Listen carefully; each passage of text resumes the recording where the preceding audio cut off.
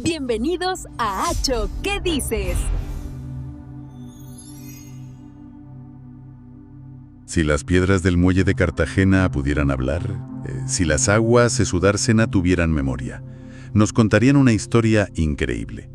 La de un coloso de acero que fue durante años, el orgullo y a la vez la herida de la ciudad. El acorazado Jaime I. El Jaime I. Hoy vamos a sumergirnos de lleno en su historia. Es que es una historia fascinante, porque es mucho más que la biografía de un barco. Es un viaje a una España llena de contradicciones. Totalmente. De grandezas y de miserias. Y tenemos una guía excepcional para este viaje. Un texto muy detallado y muy emotivo titulado El gigante de hierro y la tarde rota. Un texto que además tiene una dedicatoria que te encoge un poco el corazón.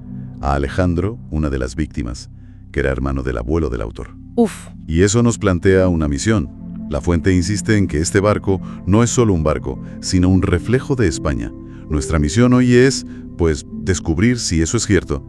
¿Y cómo un montón de acero puede llegar a contar la historia de un país entero? Exacto. Pues para empezar a entenderlo hay que viajar en el tiempo. Pensemos en la España de principios del siglo XX, una España que todavía estaba lamiéndose las heridas del desastre del 98. Claro. La Armada había quedado humillada, destrozada. Hacía falta un golpe de efecto, un plan para reconstruir el prestigio naval. Y de ahí surge este proyecto, ¿no? La famosa Ley de Escuadra. Exactamente. La Ley de Escuadra de 1908, que impulsó el ministro Ferrándiz. Era un plan muy ambicioso que contemplaba la construcción de una nueva flota, y su joya de la corona era una trilogía de acorazados, los más potentes que había tenido España hasta entonces. El España, el Alfonso XIII Y nuestro protagonista, el Jaime I. Vale, pues vamos a conocerlo. El texto dice que su construcción en el Ferrol fue lenta. Muy, muy lenta. Lentísima. Se empieza en 1912, se vota en el 14, pero no se entrega a la Armada hasta el 21. Casi una década. Que en el mundo de la tecnología naval de la época, eso es una eternidad. Nació, como dice la fuente, un poco viejo. Ya. Es que en esos años el mundo cambió por completo. Estalló la Primera Guerra Mundial, hubo escasez de materiales, problemas de presupuesto, todo se retrasó. Pero fíjate qué curioso, esa tardanza tuvo una consecuencia inesperada. ¿Ah, sí? Como fue el último de los 3 en terminarse, se le pudieron incorporar algunas mejoras técnicas que sus hermanos no tenían. El texto lo llama, con mucho cariño, mocetón, porque era un poco más robusto, un poco diferente. Mocetón un poco anticuado, pero imponente. Y su vida, desde luego, no fue nada aburrida. Para nada. Aquí es donde la historia se pone increíble, porque su historial es una auténtica montaña rusa de contrastes. Totalmente. Pensemos en su primera gran misión internacional, en 1922. Lo envían nada menos que a Constantinopla. La actual Estambul. Eso es. Turquía está en plena revolución de Ataturk, el Imperio Otomano se desmorona y el Jaime I está allí para proteger los intereses españoles en medio de todo ese caos. Me cuesta imaginar la escena. Marineros españoles, muchos de ellos chavales de pueblos del interior, viendo por primera vez los minaretes del Bósforo. En medio de una revolución. El texto nos recuerda que para algunos fue su último viaje. Nombra a José Teijido, a Ernesto Martínez. Murieron allí y fueron enterrados en cementerios turcos. Es un detalle muy humano. Es que esa es la dualidad del barco. Pasa de esa misión casi bélica a convertirse al año siguiente en un palacio flotante. Ah, claro, el viaje del rey. En 1923 acoge a bordo al rey Alfonso XIII para un viaje de estado a Italia. La fuente lo describe con todo lujo de detalles. Escoltado por destructores, el rey visitando al Papa Pío XI. Al rey Víctor Manuel III. Es la imagen del poder, del prestigio. De la diplomacia al más alto nivel. Es un contraste brutal. Pasa de yate real a plataforma de guerra en un abrir y cerrar de ojos. Porque no todo fueron desfiles, ¿verdad? No. El texto habla de su bautismo de fuego. Apenas 2 años después, en 1925, lo vemos en el desembarco de Alhucemas. Momento clave de la guerra de Marruecos. Decisivo. Una operación anfibia complejísima. Y ahí el Jaime I demostró para qué había sido construido. Sus enormes cañones Vickers de 305 milímetros machacaron las posiciones enemigas. Allí recibió sus primeras cicatrices de combate. Era a la vez embajador y ariete. Así que tenemos un barco que es un símbolo de una España que intenta ser moderna y respetada. pero que al mismo tiempo está metida en guerras coloniales y a punto de explotar por dentro. Y así llegamos a los años 30, a la República. Y el barco sigue siendo un protagonista. En 1933 cumple con una misión muy simbólica y noble: repatriar desde Francia los restos del escritor Blasco Ibáñez. Un republicano convencido. Exacto. Es un acto de honor del nuevo régimen a la cultura. Parecía que el barco encontraba un propósito más tranquilo, más cívico. Pero esa calma, como la de toda España, estaba a punto de saltar por los aires. Efectivamente. Nos plantamos en el verano de 1936. La sublevación militar pilla al Jaime I en el puerto de Vigo.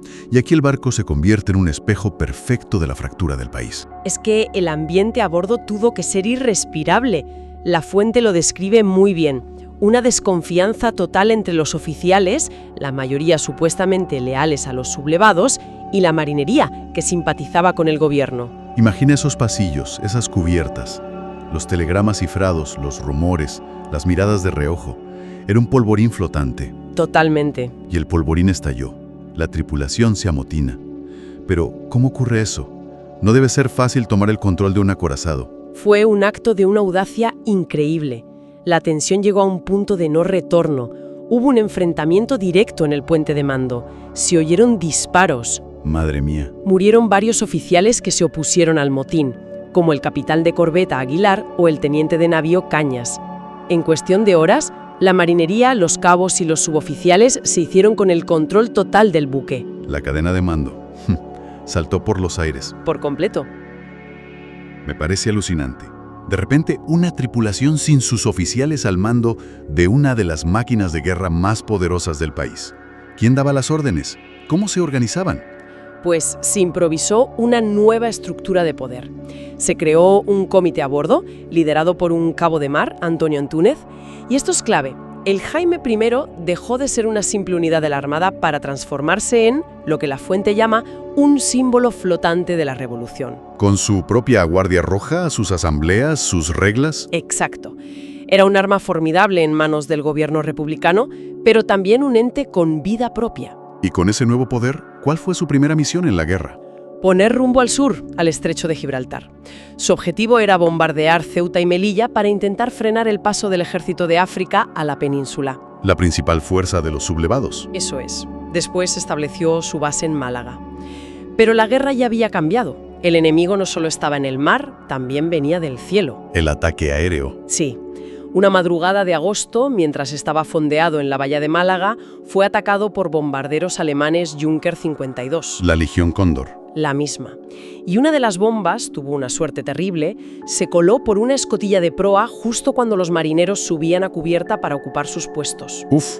La explosión causó una masacre y unos daños gravísimos en el barco. Y por esas heridas lo envían a Cartagena, al arsenal, para ser reparado, pero el texto es muy claro. El barco no llegó solo con el casco dañado. No. Llegó con odios acumulados. Se convirtió en una prisión flotante. Esto suena terrorífico. ¿Qué significa exactamente? Significa que la guerra se había vuelto aún más cruel. Durante su estancia en Cartagena, el barco se convirtió en escenario de sacas y ejecuciones sumarias. ¿Cómo?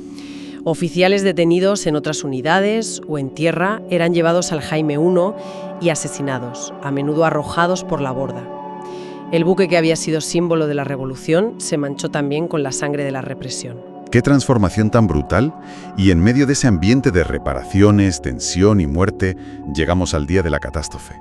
El 17 de junio de 1937. El día D. La fuente pinta una escena que la verdad pone los pelos de punta por su normalidad. Es una normalidad engañosa. Es un jueves, hace un calor sofocante en Cartagena, el acorazado está atracado en el muelle del Arsenal. Y a bordo, obreros, la propia tripulación, trabajando en las reparaciones. Hay gente soldando con sopletes. Otros marineros, buscando refugio del calor, duermen la siesta en los sollados. La vida sigue. Hasta las 15:17 de la tarde. A las 3:17, la normalidad se hace añicos. La fuente describe la explosión como seca, brutal, inmensa. No fue un sonido de cañón. Fue el sonido del propio barco reventando desde sus entrañas. ¿Y qué es lo que explota? La torre de artillería número 3, la de proa, con sus 2 cañones y su blindaje de cientos de toneladas, Salió despedida por los aires como si fuera de cartón. Un momento. La torre entera, volando. Estamos hablando de una mole de acero que pesa cientos y cientos de toneladas. Cientos de toneladas. La fuerza de esa explosión tuvo que ser inimaginable, absolutamente demencial. La cubierta se combó hacia arriba, la chimenea se partió. Y luego, la lluvia de metal. Y una lluvia de metal, de restos humanos, de fuego, cayó sobre el puerto. Algunos trozos del barco cayeron sobre un buque cercano, el Antonio Satrústegui. Sobre toda Cartagena se levantó un hongo de humo negro y denso. Todo el mundo supo que algo terrible había pasado. Al instante. Y a bordo. ¿Qué pasó después de esa primera explosión? El infierno. Primero, un silencio atronador, y después los gritos. Y casi de inmediato las explosiones secundarias. Claro, la munición. La munición de menor calibre, los proyectiles antiaéreos, todo empezó a estallar en cadena por el calor. El barco se convirtió en una trampa mortal. La devastación humana fue terrible. ¿Se sabe cuánta gente murió? La cifra oficial habla de más de 100 muertos, entre la tripulación y los operarios del arsenal que estaban trabajando allí. Desaparecieron en un instante. Y entonces llega la pregunta del millón, que sigue resonando hoy. ¿Por qué explotó? ¿Qué pasó? Claro. El debate se abrió en el acto. Y básicamente se plantearon dos grandes teorías que se enfrentaron desde el primer minuto. La primera, la del sabotaje. La acción de una quinta columna franquista. Tenía su lógica. Eliminar el único acorazado de la República era un golpe estratégico y moral de un valor incalculable. Y la segunda teoría es menos épica, pero quizá más desoladora. La de la negligencia, un cúmulo de fatalidades. Pensemos en el contexto. Un calor terrible en Cartagena, lo que podría haber sobrecalentado la pólvora en los pañoles.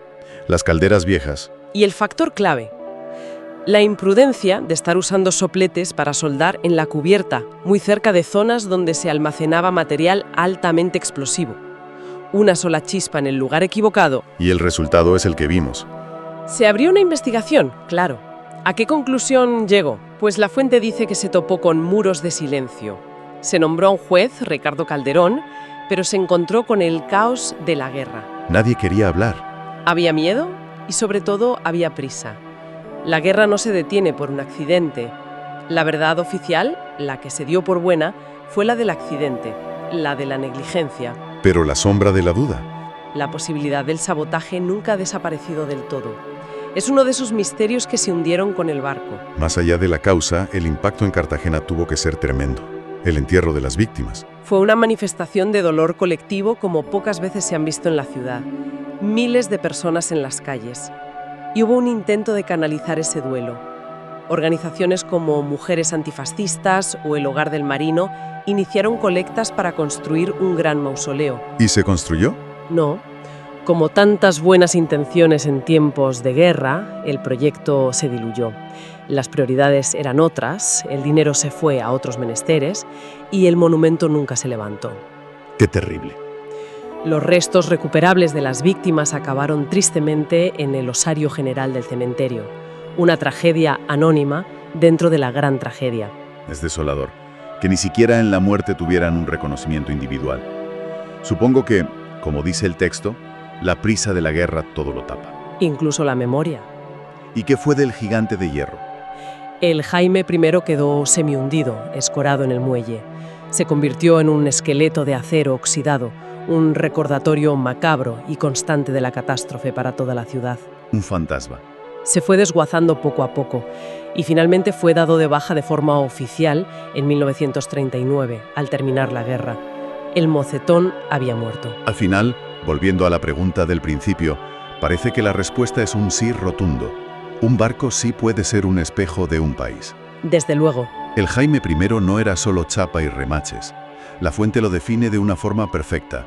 Fue un contenedor de vidas, de miedos, de esperanzas y de odios. Fue un microcosmos de esa España rota, capaz de la pompa real y de la matanza fratricida. Y si conectamos ese gran relato con la dedicatoria inicial, con Alejandro, la historia cobra su verdadera dimensión. Claro, la explosión del Jaime I es un hecho histórico, pero está compuesta por más de 100 tragedias personales e intransferibles, como la de ese joven que, como dice la fuente, entregó su último aliento y sus sueños al mar. Contar la historia del barco es, en realidad, mantener viva la memoria de todas esas personas. Exacto. Último pensamiento.